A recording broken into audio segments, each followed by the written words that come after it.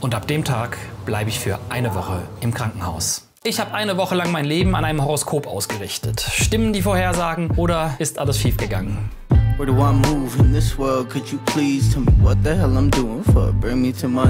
Und damit ich nicht Astronomie und Astrologie durcheinander bringe, bin ich heute im Planetarium in Köln-Nippes. Übrigens drehen wir in Kürze eine neue Folge Get Inside. Und für diese und andere Formate suche ich ganz dringend einen Cutter oder eine Cutterin. Mehr dazu ganz am Ende des Videos. Heute geht es um Astrologie. Falls ihr wie ich das Problem habt, Astronomie und Astrologie regelmäßig zu verwechseln, habe ich hier eine vereinfachte Erklärung für euch. Astrologie ist die metaphysische Sterndeutung. Und Astronomie ist die wissenschaftliche Sternkunde. Früher bildete beides eine Einheit. Aber wir beschäftigen uns heute nicht mit exakter Wissenschaft, sondern mit Horoskopen. Obwohl, bis ins 17. Jahrhundert galt Astrologie sogar als Wissenschaft. Unter anderem wurden auch die Krönungstermine von Monarchen, zum Beispiel Elisabeth I., mittels Horoskop bestimmt, um einen günstigen Termin zu finden. Aber dann kamen die modernen Naturwissenschaften und kurze Zeit später konnte man Astronomie an den Universitäten studieren.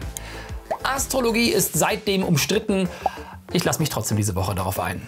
Es gibt etliche Horoskope und Berechnungsmöglichkeiten und ich wusste anfangs gar nicht, welches Horoskop für mein Experiment die geeignete Grundlage ist. Von einem Geburtshoroskop, bei dem man mit Geburtsdatum, Zeit und Ort versucht, das mögliche Schicksal abzulesen, über komplizierte und über persönliche Erlebnisse berechnete Komposithoroskope bis hin zu einfachen Horoskopen, die man aus dem Internet, irgendwelchen Tageszeitungen oder der Bäckerblume kennt, gibt es alles. Weil ich das Thema Horoskope vor allem psychologisch interessant finde, habe ich den Sozialpsychologen Prof. Dr. Erb als Experten hinzugezogen. Glaubt ihr an Horoskope? Habt ihr eine Story zu einem? Schreibt es mir gerne in die Kommentare. Ich habe mich für dieses Experiment für ein westliches, einfaches Monatshoroskop entschieden und zusätzlich jeden Tag ein Tageshoroskop, das mir in den Bereichen Gesundheit, Liebe und Karriere Anleitung für den Tag gibt. Außerdem bekomme ich so täglich meine 6 Glückszahlen angezeigt, ganze 42 pro Woche. Laut Astrologie bin ich Sternzeichen Waage mit Aszendent Schütze. Das heißt, ich bin selbstsicher, diplomatisch, kreativ und lebensfroh. Das bin ich auch. Nur mal zum Test habe ich auch das Sternzeichen Fische geprüft. Diese gelten als hilfsbereit, sensibel und verträumt. Das bin ich auch. Sternzeichen Jungfrau. Perfektionistisch, strukturiert und ehrgeizig. Das bin ich auch. Und nach dem offiziellen Harry Potter-Test gehöre ich zum Haus Ravenclaw. Ravenclaw steht für Weisheit, Kreativität und Individualität. Das bin ich auch. Nein, es gibt diese Zusammenhänge nicht. Es gibt diese Zusammenhänge aber für Leute, die dran glauben und die dann entsprechend reagieren, wenn sie danach befragt werden. Ich werde mich diese Woche so konkret wie möglich nach meinem Horoskop richten und alle Vorhersagen zu meinem Vorteil nutzen. Ich möchte eine astrologisch perfekte Woche, um mein Leben zu verbessern. Damit ihr euch nicht nur ein Sternzeichen geben müsst, sondern ein bisschen Auswahl habt, ist dies ein gemeinsames Experiment mit Will vom Kanal Anthropos. Er ist Sternzeichen Stier und hat sich in seinem Video vor allem auf den Aspekt Geld konzentriert. Ich mich vor allem auf Körper und Gesundheit. Trotz meiner Skepsis gegenüber Horoskopen ist diese Woche so einiges anders gelaufen, als ich es gedacht hätte. Es gab große Freude, wahnsinnigen Ehrgeiz und dann ist irgendwie alles aus dem Ruder gelaufen.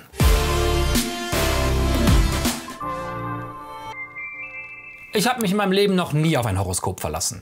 Aber als Jugendlicher habe ich mal versucht, etwas über meine Zukunft herauszubekommen. Werde ich besser in Mathe? Habe ich Chancen bei Jenny aus der Parallelklasse? All das wollte ich beim Bleigießen herausfinden. Allerdings war die Antwort ziemlich schwierig zu lesen. Ich habe nicht wirklich was erfahren. Das Horoskop ist da etwas zugänglicher und mein Monatshoroskop hat sogar Prozentangaben. Für mich heißt das diesen Monat 20% im Bereich Beruf und 70% im Bereich Körper und Gesundheit. Das heißt, berufsmäßig läuft es wohl nicht so gut, ich werde aber kerngesund bleiben. Im Detail heißt es in meinem Monatshoroskop: Beruflich nehmen die Aufgaben kein Ende. Als Selbstständiger ist genau sowas auch in meinem Interesse. Wenn ich jetzt aber arbeitslos wäre und das lesen würde, würde ich nicht wirklich verstehen, was das Horoskop von mir will. Mit Teamwork kommst du schneller ans Ziel. Ja, das trifft in meinem Fall zu. Wenn man jetzt aber einen Job hat, in dem man nicht im Team arbeiten kann oder soll, macht das nicht so viel Sinn. Gesundheitlich scheint es ein guter Monat zu sein, um Gewicht zu verlieren, obwohl hier statt Monat Mai einfach nur Monat steht.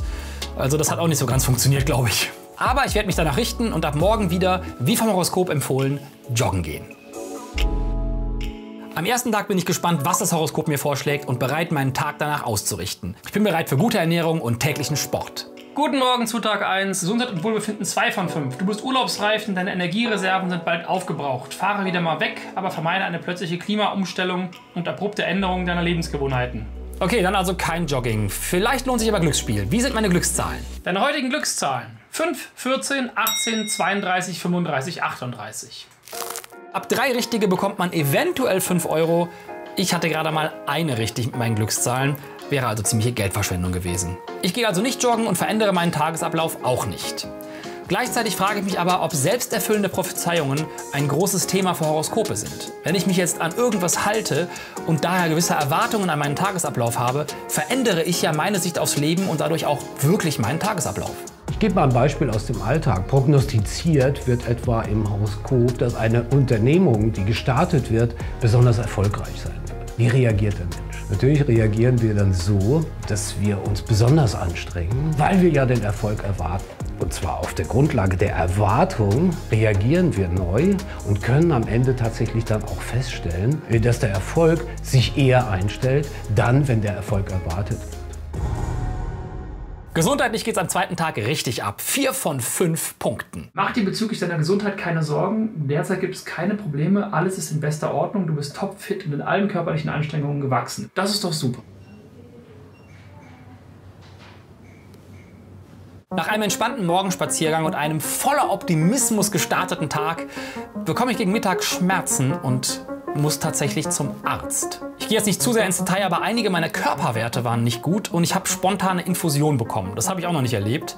Aber nach einer Stunde ging es wieder, alles war wieder okay und ich durfte nach Hause. Den Rest des Tages habe ich mich nicht wirklich fit gefühlt und habe mich einfach ausgeruht und bin es langsam angegangen, um nichts zu riskieren. Dieser kleine Ausflug hat meinen ganzen Tag durcheinander geworfen, aber das hatte mit dem Horoskop jetzt erstmal nichts zu tun.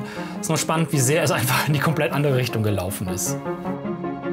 Von kerngesund habe ich gewechselt zu ziemlich angeschlagen, denn Mitte der Woche geht es mir auch nicht besser. Ich fühle mich schlapp und ziemlich krank. Mein Horoskop sieht das aber ganz anders. 5 von 5 im Bereich Gesundheit. Verfüge derzeit über ein überschüssiges Maß an Kraft, Vitalität und Lebensfreude. Wollt ihr mich... Ich habe den heutigen Morgen 3 Stunden im Krankenhaus wieder gesessen und werde auch am Montag wieder vormittags da sein zur Kontrolle, nach dem, was gestern gewesen ist. Ich wüsste auch nicht, was ich daran jetzt machen könnte. Also ich kann nicht mich krass einbremsen, weil ich gerade komplett eingebremst bin. Ich bin als Selbstständiger gerade krankgeschrieben. Ich werde einfach heute, genau wie gestern, sehr viel im Bett liegen und nichts tun. Für mich passt an dem Tag nichts mehr zusammen. Das ist echt schade, weil ich mich sehr gerne mehr auf das Horoskop einlassen würde. Aber wenn es so weit weg von mir ist, kann ich mich halt schwer darauf einlassen. Wenn da einfach steht, dir geht's super gut, mir geht's aber total schlecht, kann ich erstmal an der Situation nichts ändern. Bei den meisten Horoskopen läuft es aber viel besser als bei mir. Und das liegt am sogenannten Barnum-Effekt. Der Barnum-Effekt beschreibt die menschliche Neigung, vage und allgemeine Aussagen so zu interpretieren, dass sie als zutreffend empfunden werden.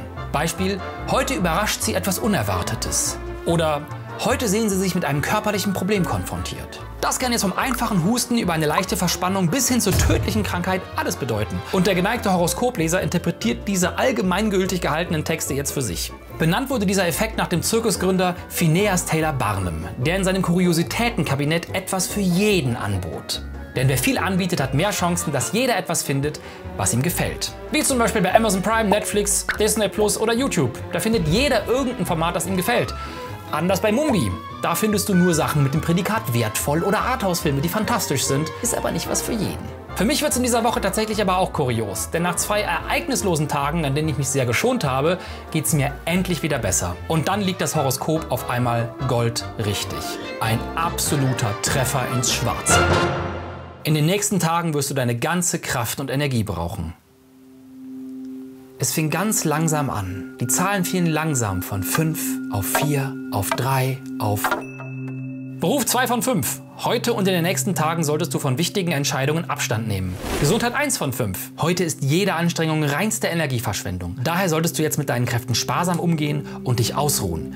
Denn in den nächsten Tagen wirst du deine ganze Kraft und Energie brauchen. Ich bin irritiert. Körperlich geht's mir super und ich lese das Horoskop am Morgen mit einem Kopfschütteln. Beruflich steht eine große Fernsehproduktion bevor. Die Vorbereitungen laufen, alles ist wunderbar. Hochmotiviert und mit bester Laune starte ich in den Tag und vergesse dieses alberne Horoskop.